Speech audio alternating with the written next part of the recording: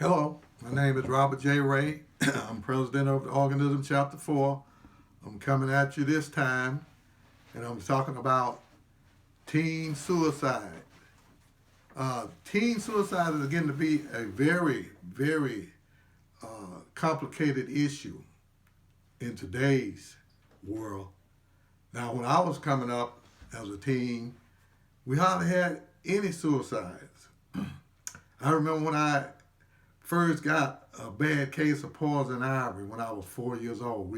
My uncles then was going over to cut some trees down so we'd have some firewood for the winter.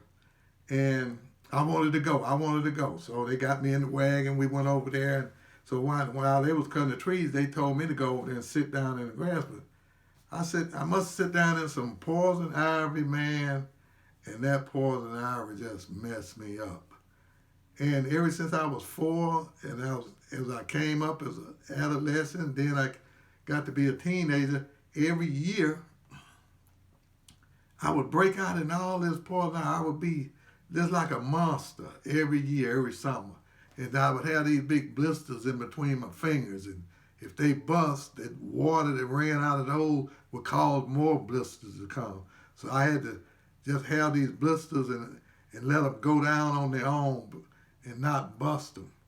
But I remember one summer, and it was hot, and I was itching, and you itch with poison ivy, and I was so depressed about it because I was getting it every summer. It looked like I was going to get it all of the rest of my life. That's what I could see as a adolescent. And when I was about 9 or 10, and my grandmother was the one that was always there when I had this poison ivy. She would always bring me through some kind of way. But one time she came in, I said, I don't think I'm going to be able to take this the rest of my life. I've been thinking about, suicide, taking my life. And she didn't get excited, and she didn't get out and say, hey, you better not do that or anything like that. All she said is that it's really going to be hard on me if you do. And I'm saying, it's going to be hard on you. What do you mean hard on you? He said, well, if you commit suicide, if you're not here, then who's going to draw my water for me? And see, I had to draw a lot of water every day. We had a well, let the bucket down in the water about 100 feet, and pull the bucket of water up and pour it in the bucket and take it up to the house. And that was my job. And she said, who's going to bring in the pine and the wood for the fires and stuff? And she just labeled off, my chores, what I had to do, my responsibility. And so I was thinking, I said, well, yeah, I do have all of that to do.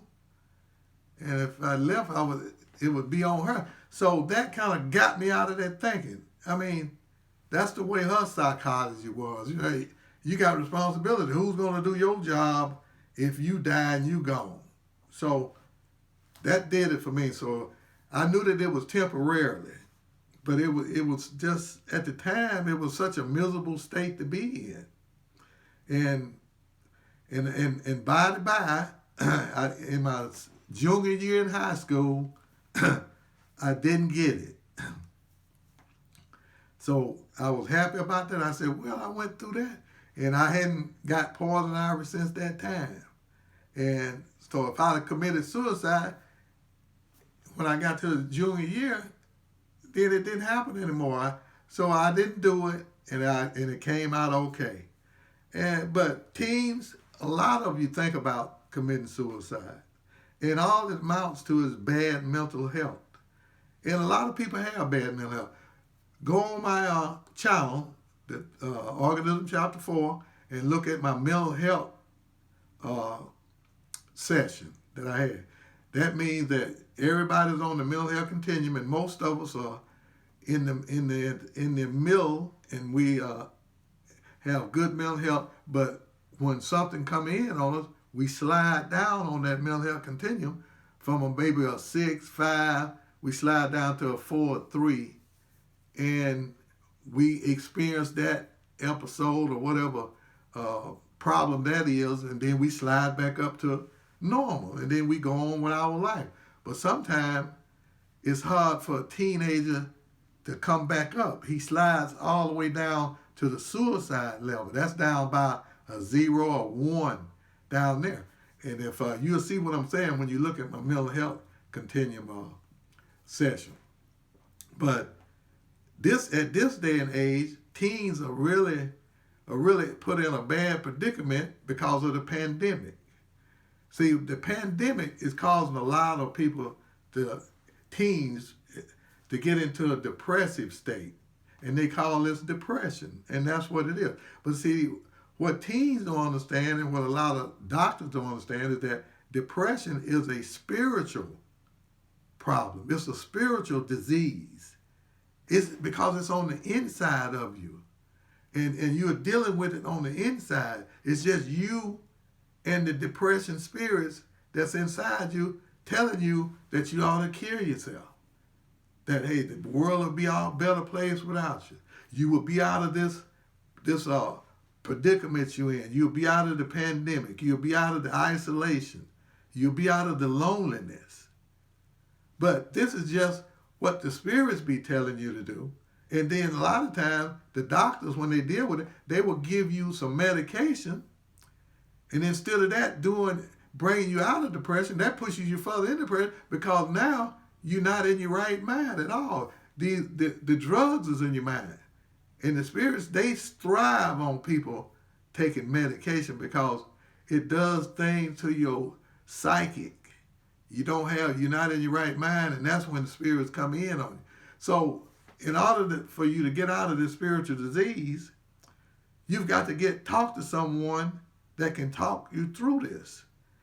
So when you get into this depression, and a lot of teens get into it, and you have all type of teens getting into this. I mean, you got your LGBTQ people, then you got your teens that's black and that's racist.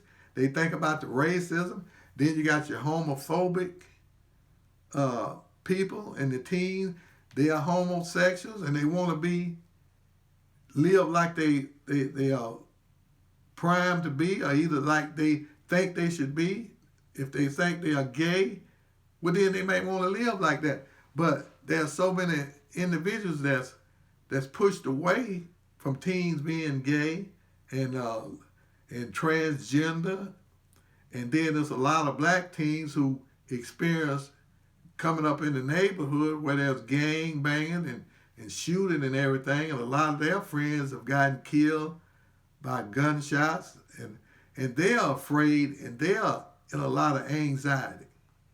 Now, when you get into your feelings, and that's another session that I did on feelings. Watch that session too, so you can understand the feelings that you get into and how to deal with those.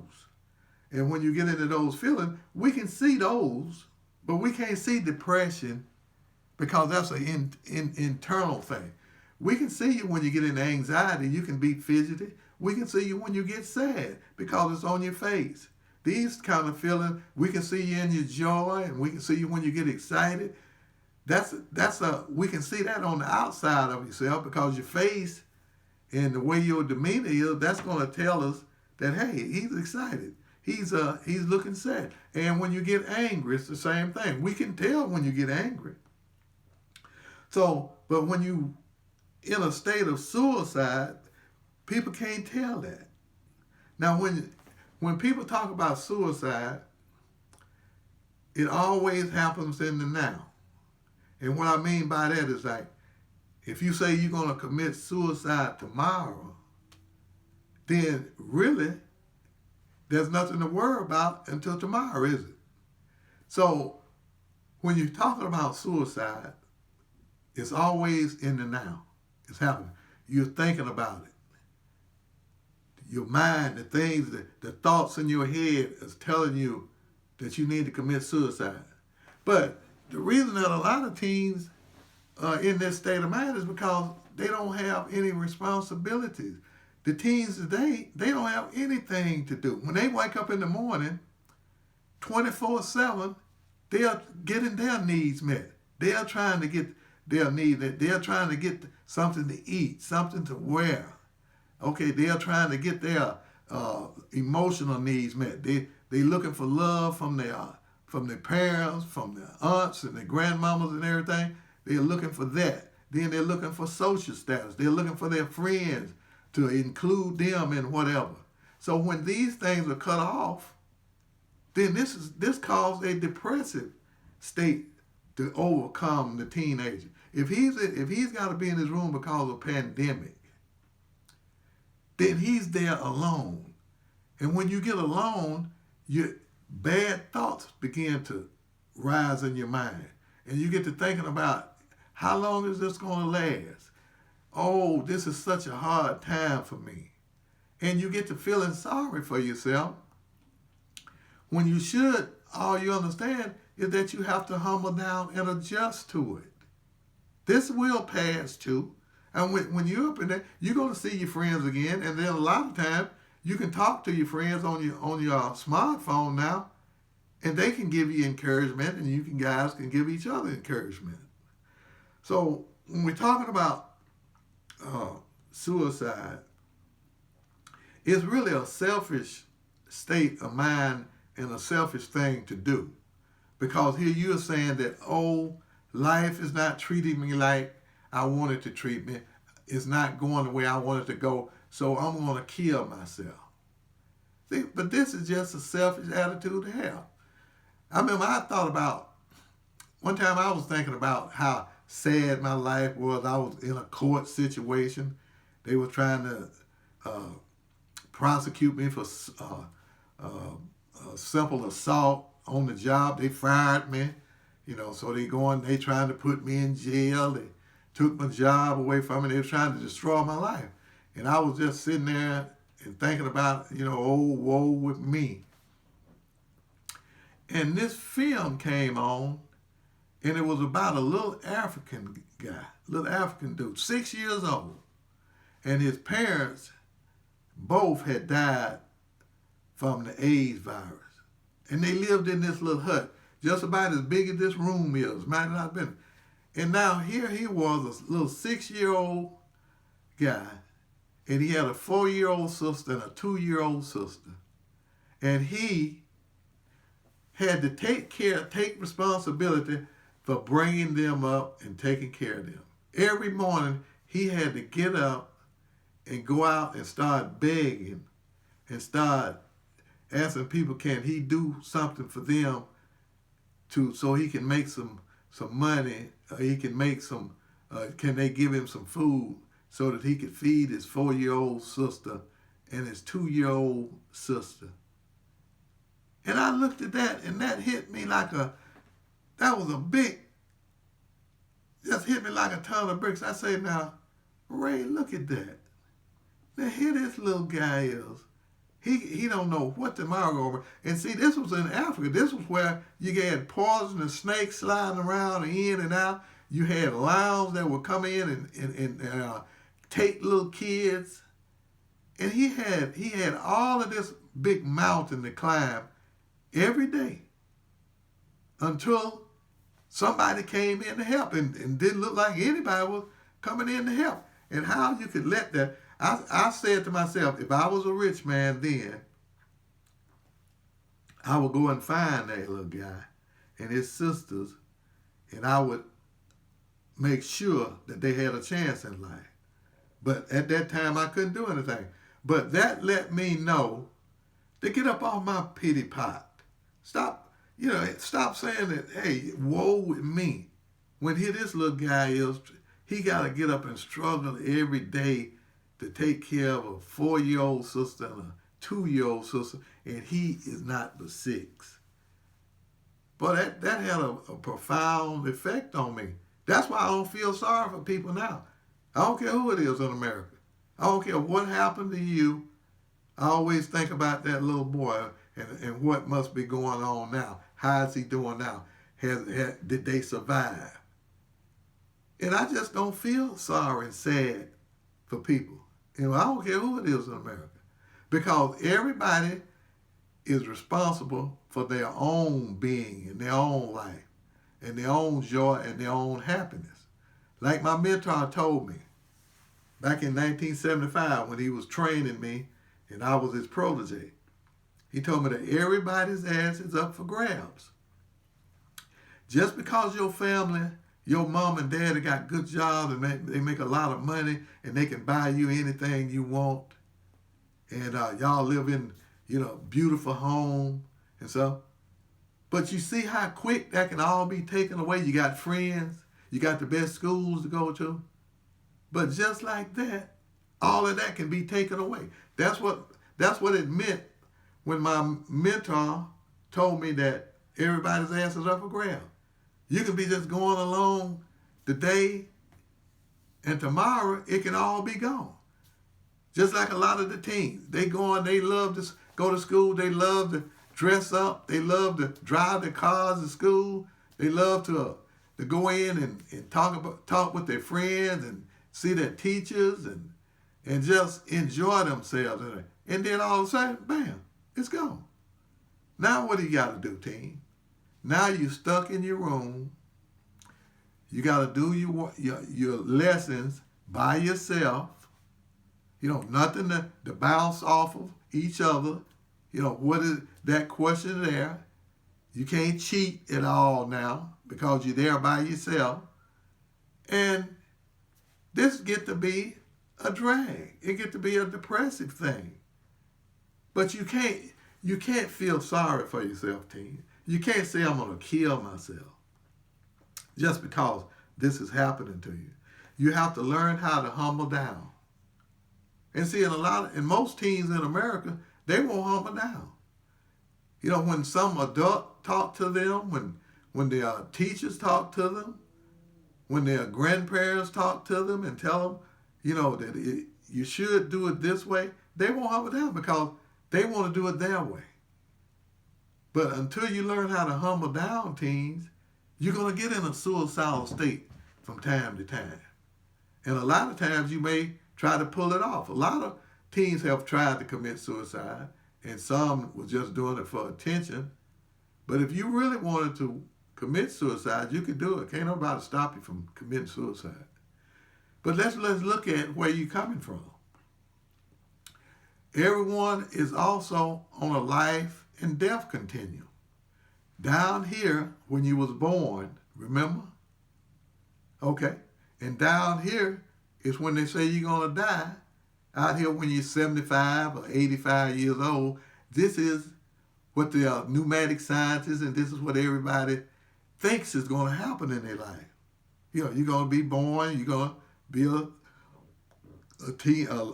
adolescent, then you're going to be a junior high, then you're going to be a high schooler, then you're going to become a college student, then you become adult, and then you become a middle age, then old age, and then down there you die. That's the way it's set up. That's the way the doctors and everybody tell you it's going to do. But that's not where it happens at. Death is always going to happen in the now. When you're down here and when you're born, just think how many kids die when they're born. Right when they're born, they die. Think about how many when they become an adolescent, 4, 5, or 6, they die. Then when they get up a little older, so a lot of teenagers, they die. Then when you become an adult, a lot of adults die from accidents, different diseases, So this is what you got to realize, that death is not down there. It's not way down there when you become an old age person. Death is always right in the now. It can happen to you at any time. So that's why you have to realize that committing suicide, you're cheating yourself, you're robbing yourself. We used to do, when I was doing suicide prevention back, when I was a counselor back during the days, we used to let the teens know that, hey, you got to get yourself some goals. You got to get yourself some short-term goals. And you always have to be adjusting. When you was in school, going to school with your friends, everything, and the teachers and everybody giving you energy and stuff like that, now you are in your room by yourself with your computer doing your virtual learning. Now, you got to come up with a way to say, hey, After I do my schoolwork and all of this, I do this. Then what do? I don't have my friends to come face to face and contact with. Then you have to adjust to this. You have to say, well, I'm gonna either have to start getting me a book to read, or starting me some kind of a project that can do alone until this is over. And it will be over, teens. But you have to realize that your mental health can get bad. You can be normal this minute, and you can be abnormal the next minute. Me and my son, he's a movie buff, and we always get to talking about certain movies. And he's one of his favorite movies was Frankenstein, which there's a lot of them. I like Frankenstein too, but the part that people don't understand is that he was a doctor that wanted to be famous, so he was going to create a human being out of body parts. So he got a body, dead body, and then he had his assistant Igor to go down to the college, break in there, and steal him a brain. He told him what brain to get. He told him to get the normal brain. And that's what Igor went down there to get. But when he got down there and broke in, and he grabbed the normal brain in the jar, it slipped out and it fell on the floor and it bust. So he said, what am I going to do now? So he looked over there and there was another brain. So he grabbed that brain and took it back to Dr. Frankenstein, and Dr. Frankenstein put that brain in his human that he was creating. So finally the day came when he was going to use electricity to spark his creation to come alive. And that's what he did. It was a lightning storm, and he got enough lightning and electricity to come in, and it showed that his hand moved. And Dr. Frankenstein, he got so excited, he started saying, "It's alive, it's alive, it's alive. Now I know how God feels." This is what scientists do a lot of times. They really get insane. They go insane a lot of times. And he said he know how God feels now to create something. But he didn't. But when the monster that he created became a monster, and that's what happened, because when the creature that he created woke up and started walking, and he started acting like a monster, knocking things over and killing things, and wanting to knock Dr. Frankenstein around, and Dr. Frankenstein wondered what happened, what had happened. So he asked Igor, say, what happened? What, did you bring the brain that I told you to bring? And Igor had to confess. He said, no, I didn't bring that brain. I had an accident. I dropped that one on the floor. I was, well, what brain did you bring? He said, well, I brought Abby somebody. Abby, he said, Abby normal.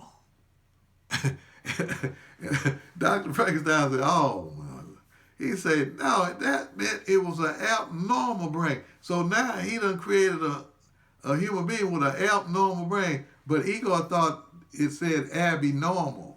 It was Abby normal brain. So me and my son always laughed about that, and that's what allowed it. And when the monster left there and he run across this little girl, and she wanted to play, so she had this rose petal, this flower petal, and she would take a petal off and throw it in the lake.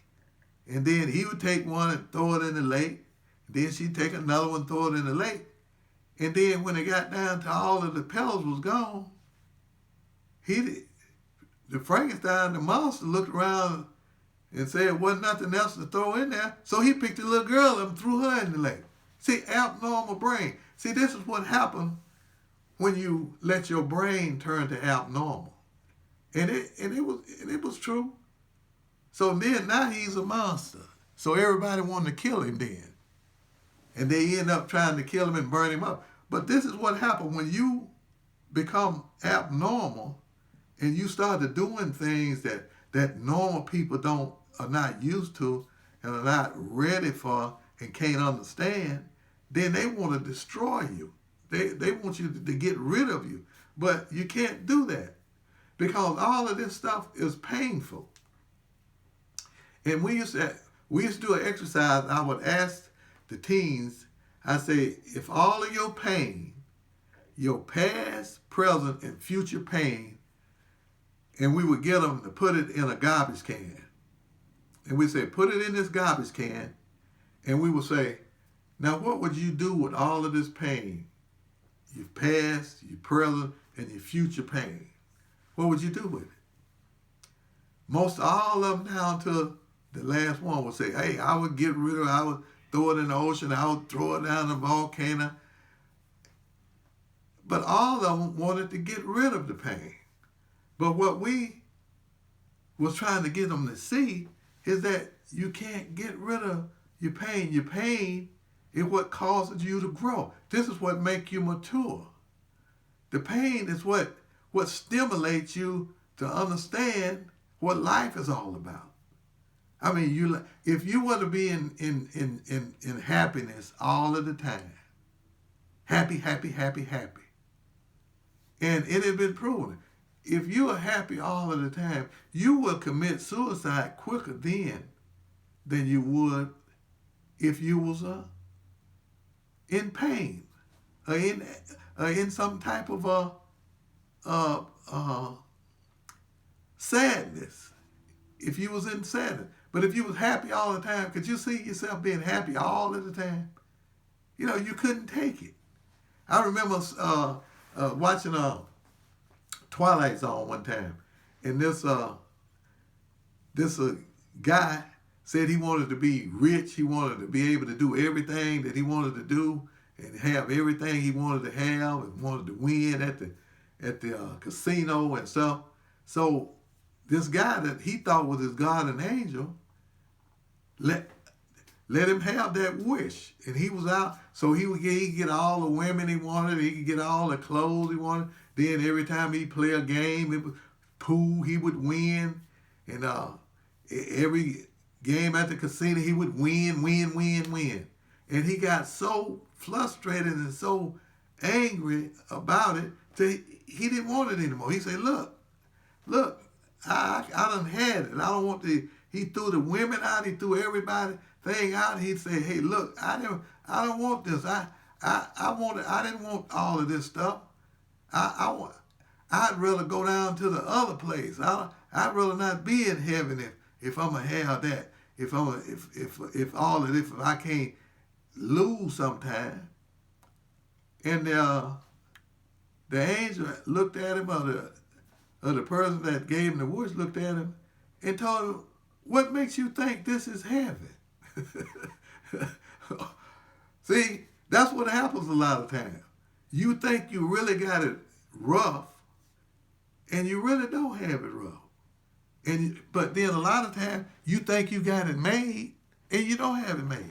Especially teens. If you're a teenager and you don't have any responsibility, and all you got to do is get up in the morning, your breakfast is made for you, your clothes is clean. All you have to do is just put your clothes on, new clothes on, clean clothes, go down and eat breakfast, go out and get in your vehicle, or go out and get on the bus and go to school, and be with your friends, and just look. You went through a day, and you didn't do anything for anyone else but yourself. You didn't take out the garbage. You didn't say, hey, let me wash those dishes, mother. Is there anything that you want me to do? Can I cut the grass? Can I go out? And if you don't have any responsibility, when your little world is taken away from you, then you become depressed. And this is what happens. But I want to share with you that before you think about committing suicide, call the organism chapter 4, because I've dealt with teens that want to commit suicide before, and after I take them through some changes and through some process, and let them know that, hey, this is a selfish thing to do, is to commit suicide. Because it's so many other ways you can adjust to that predicament you're going through the sadness you're going through the pain that you're going through. This is just part of growing up. You're maturing when you do that. But when you start whining and start thinking that you deserve better than other teens who are really going through some problems. I think about my son was talking to me, and I told him I was getting ready to do the teen suicide prevention video to put on my channel. He told me about this young lady named Zakara. I think it was Zakara Schaefer. She was a TikTok. Y'all probably know more about her than I do. She was a TikTok celebrity, and she had it going on. 18 years old, beautiful girl, and she had a business going on in TikTok, and she had thousands and thousands of followers. But she had a issue with her mother. Her mother was a drug addict, I guess, because I seen both of them. They were downtown, and her mother, she was trying to get her mother to go to rehab, or she was trying to steer, and my mother was just resisting and saying, "I'm not going to, get away from me. I don't want to see it." And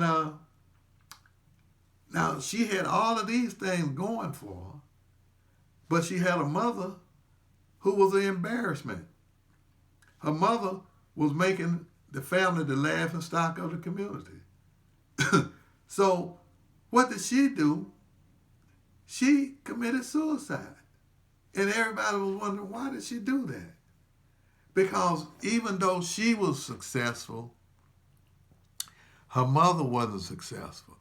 And she couldn't control that. Her mother, she couldn't make her mother go to rehab, and she probably could have paid for the rehab. But you can't force individuals to heal themselves, to get recovery, to go in treatment. And so she couldn't deal with it. I mean, here she was successful. She was just 18 or 10, but she could not stand the fact that her mother was doing these things. Just think how many teens had mothers that was hooked on crack during the day and still addicted to crack and addicted to alcohol and addicted to different drugs. And they doing all kind of schemes to get it. And they doing all kind of immoral things to get it. And then you have to go and face your friends. And I know how that feels. I'm just saying, I'm talking from experience, because I think I was 9 or 10, and I was out in the country, and my Uncle Zach had took my mother somewhere, and she came back, and she was drunk. And she come walking down the yard like that, and I was wondering, well, who is this? What is this? And I had never seen her that way before. But I knew one thing. I knew that I did not want my friends to ever see my mother in this state. How could I walk tall and be proud if they knew that my mother would get into a state like this, would get drunk and be out of her mind almost and be talking silly talk. So I was really knocked out of control. This could not happen again ever. But it did happen again. And I didn't think about suicide after I went through the poison and everything, but I knew that it was something wrong with her. And it took me I was 28 years old before I realized that she had a disease called alcoholism. And a lot of parents have that. And you can't censor them because that is going to embarrass you. You don't want your friends to see them like that, no. But addiction is a disease. Crack addiction is a disease. Any of these addictions is a disease. Just like sugar diabetes, just like cancer, any of these diseases is a disease. And you have to have treatment in order to get over these diseases. So if you got a sister, brother, uncle, mother, father that's addicted, don't censor them and don't push them away, but don't let them pull you down where they are. You teach you try to tell them, say, hey, look, you need to go get some treatment. Because I can't let you pull me down in hell where you are on your way to. So this is the attitude you have to take, teens. You have to realize that you have to adjust to these situations that you find yourself in. And you can't let these suicide spirits pull you down to the point where you are really actually thinking about taking your life. There's so many things that you're going to be able to do with your life. But this is just temporary. This pandemic is just temporary. When you get into any type of situation that make you sad and make you angry and get you in a depressive state where you're in depression and you started thinking about suicide, don't do it. Call me at the Organism Chapter 4 and talk to me first. If I can't talk you out of it, if I can't get you to see how beautiful life is and how it's going to get much more beautiful, then I'll give up my counselorship. But please make sure you get with me first, because my mentor, I got many more modalities, many more things that I can share with you before you get to start getting suicide. I got many more projects. I got norms that I can have you to get and have you to commit to doing before you commit suicide, because there's so much to live for. And you got that life coming for you. But all you got to do is just weather the storm and just try to adjust to where you are now. Like I say, get you some short-term goals and some long-term goals. Long as you got your mind is concentrating on things and focusing on different things, then the suicide spirits can't enter into your mind, and you can whether anything that come into your life, you can do it. You can overcome it. So whenever you get to the point where you get too depressed, my Organism Chapter 4 is on there. Talk it over with a good friend or with your parent and say, hey, I feel like I need to call Counsel Robert J. Ray. And do it. It ain't going to cost you nothing.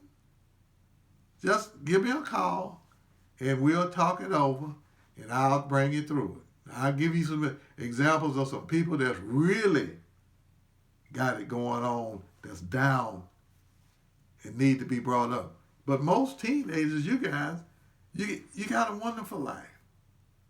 But you just have to really focus in on it and realize it. And don't get too hung up on yourself. Just because other teens are making big money and becoming famous and rich, and you're not at that point yet, don't worry about that. Your time will come. Everybody has a providence that God gives to them.